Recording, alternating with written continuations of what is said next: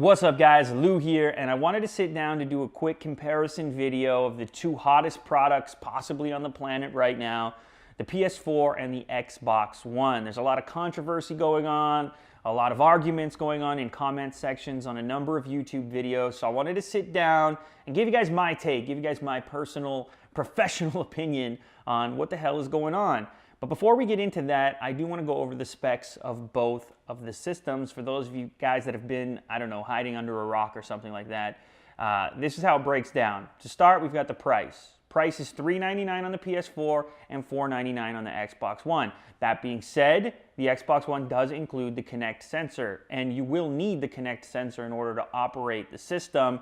So a lot of people are speculating that that's part of the reason that you have a higher price point to start. If you're into motion-based gaming, then you'd need to add the PlayStation Eye to the PS4, and that's around another 60 bucks, I believe, at this point. So if that's something you're into, you're going to get closer to price parity.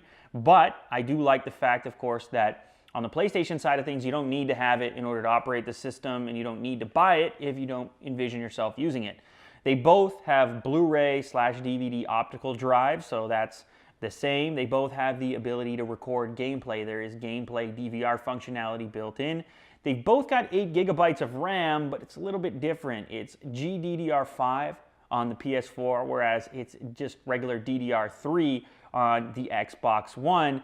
That might sound like a major improvement, but what you guys need to remember is the majority of games here that you're going to play on either platform are going to be cross-platform. And more than likely, performance and appearance on both will be relatively similar. There is a slight performance edge to the PS4 on this front, but from a general sort of gameplay standpoint, I don't envision this making any kind of huge improvement on your games, and it's probably not the most important decision-making factor. The CPU is also very similar. You're dealing with an 8-core AMD chip on both of them. They both got 500 gigabyte hard drives.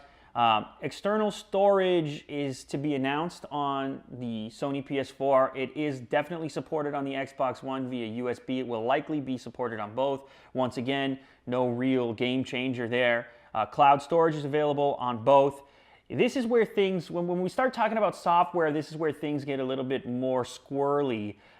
There are mandatory game installs on the Xbox One side, and as you guys have probably heard, this has to do with some of the DRM that's going to go into the Microsoft ecosystem, the inability to just swap games, to use a disc and play a game anywhere on any console. This is probably the single most controversial topic, is this idea of DRM, no used games, no renting of games. Now, Microsoft has come out. They did have a press release, or it might be on their official website, where they stated that there will be authorized retailers that are able to sell used games, but this is all really shady right now. Nobody has specifics on it, and it sounds like it's going to be a complicated process, so we're going to have to wait to find out more about that. But we definitely know that the PS4 has no such restrictions when it comes to used games, when it comes to sharing games, and when it comes to mandatory game installs. The other controversial topic is the required internet connection. It's been said now that the Xbox One is going to need to connect to the internet once every 24 hours to remain operational. For a lot of people, this is no big deal, and I know myself included. I've got internet all the time and everywhere, and I personally get pretty freaked out when I lose the internet in any one place.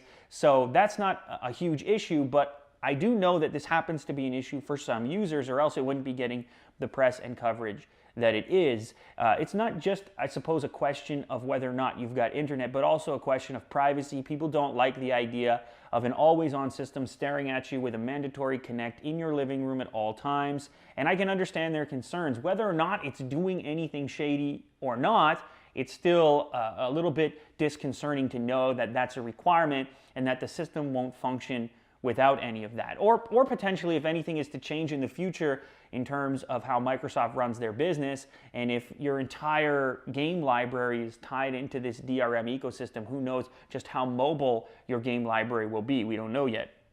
Kinect 2 does also offer up motion control for your gaming, so it's not just strictly this device that you can use for interacting with the system. So potentially speaking, if you go to the PS4 side, you would need to add the PlayStation Move, and then on top of that, the PlayStation Eye. So there's a couple of different devices you would need. So it's not just the Eye, and things could get a little bit more expensive, but you know, my opinion on motion-based gaming is that we're not really there yet. It's not something that a lot of people are going to be buying these consoles for, at least not myself and a lot of people that I've talked to. It's not this deal breaker kind of issue, and so I don't think that really weighs too much into the average consumer's decision making on whether